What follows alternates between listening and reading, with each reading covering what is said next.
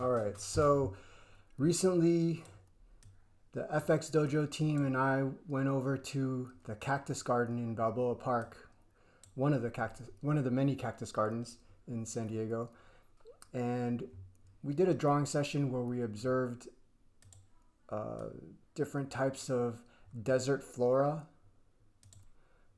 Okay, so there's me squatting down, doing some drawing. Here's Hannah gathering some reference material. Okay. Two is doing some drawing here. And one thing we noticed about desert flora is just the adaptations are what make it look so interesting. Okay, when a plant has to adapt to desert climates, the characteristics are going to change. So I did a sketch here. After going out to the cactus garden and observing and doing sketches, I always take some time to brainstorm afterwards and just kind of reflect on the things I saw. So I drew a picture of a flower and I just envisioned how would this flower look if it were slowly adapting, maybe over years, maybe centuries. I don't know how long it takes, but the final result on the right would be what a cactus final form would be. Adapting to high temperatures, hot desert climates, and a lot less water. The stem would get thicker. Maybe the flowers get smaller. The leaves turn into spines. And there's also like a waxy coating on that side. Now, this is my inspiration for an animated project. Making like a time lapse of a flower adapting to desert climates. So in order to do some morphing type of animation, I want to introduce something called shape keys in Blender. Okay, so I've got this green cactus on the side here, and earlier we were looking at the vertex menu. That's where we define vertex groups for instancing geometry on particle systems. Well, right under that is a menu called shape keys. Look at what I've got here. I've got a slider where I can morph the cactus shape from one to another in a linear format, okay? In a linear transition. And I'll explain what I mean by a linear transition in a moment. I've got this cactus model here, and how do I set that up? How do I set up a shape key animation? Well, I'm gonna hit plus sign 2 times. When you hit the plus sign the first time, you get a basis shape.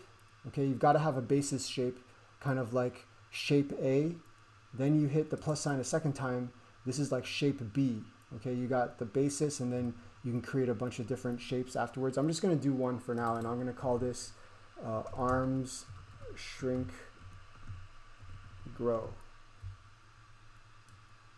So arms shrink grow. While you have the second shape key selected, switch to edit mode.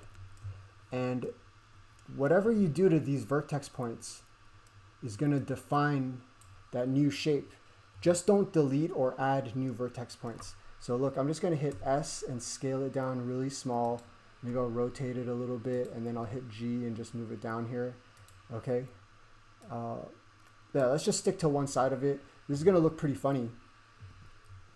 As I scrub the value, you can see all those vertex points will now move from position A to position B, controlled by a slider. And of course, when I switch to edit mode, I could hit S0 and just scale it down to nothing.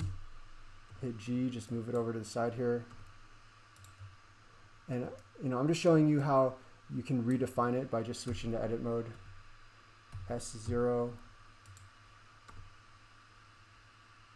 And let's say I just wanted this whole entire cactus stem to get really skinny. I'm going to hit S to scale it down, but then I'm going to hit Shift Z, so it's just only going to scale along X and Y.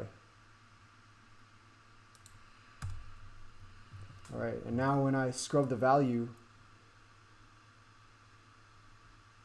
you'll see it kind of allows me to create some animation. Okay, that's a really important concept. Please practice shape keys on exercise number 5. And then I want to show you how I'm getting started on animation in exercise number 6. Okay, please just watch my screen here. I'm going to hit the space bar just to play this animation on exercise 6, and you'll see that I keyframed. Look in the upper right hand corner. Look at the upper right hand corner at my outliner window. You'll see that I keyframed something called viewport display. So I've got 5 different versions of this cactus that are just appearing side by side. Okay, and check this out, guys. Here's my cursor. Like, let's say my cursor is somewhere else. I could just hit Shift C and bring that cursor back to the origin. When I select a model and I hit Shift S, I'm going to choose selection to cursor, and that'll bring that model to where that cursor is set at. Let me move my timeline between frames 20 and 30. I'm going to select this model and do the same. Shift S, choose selection to cursor. And once I bring all 5 of these cactuses to the same position by hitting Shift S, or if I keep doing the same thing, you can always use Shift R to repeat the last thing you did. Just hitting Shift R now. And whoops. Okay. Now that I moved all 5 of these models to the same spot, when I hit play, it's going to look like a stop motion animation, because each model is disappearing and getting replaced with another one, and this is really similar to stop motion animation. Okay, just wanted to demonstrate that. And once I have those positions all in the same spot, check this out. I'm going to keyframe the shape keys. Look, I had a shape key called skinny fat. I'm going to hit I. When you hit the letter I, whatever attribute you're hovered over will turn yellow, means you set a keyframe. And then when I back up, I'll make this skinny. Okay, don't forget to hit I again. If you turn on automatic keyframe, then you don't have to worry about hitting I the second time. You just have to change the value. All right, so now I'm back on the second model. Right stump, I'm just gonna increase the value so that it disappears. I'm gonna hit the letter I. Go back over to frame 10. And oh, whoops, actually it's supposed to grow from here. So let me just keyframe it. And frame 19 is when it's supposed to grow out.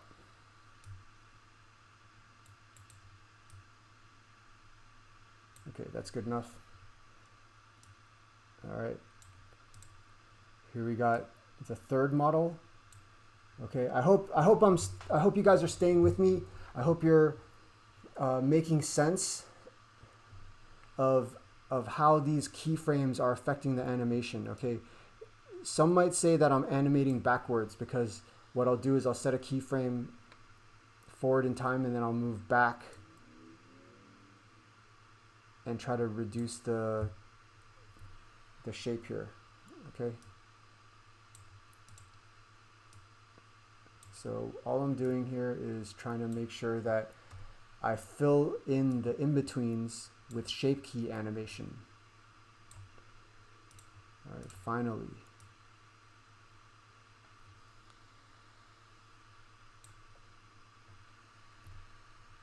Whoops. Okay, finally, my last keyframe. All right, and now when I hit play, I've got some animation, and it looks like this cactus is growing. And this will look real nice as I orbit around. So you can kind of see it growing from different angles. All right, guys, try to experiment with creating your own shape keys on exercise 5. On exercise 6, practice just moving everything into the same spot by using Shift S to snap it to the cursor. And rewind if you need to, and let me know if you have any questions. Okay, guys, great job.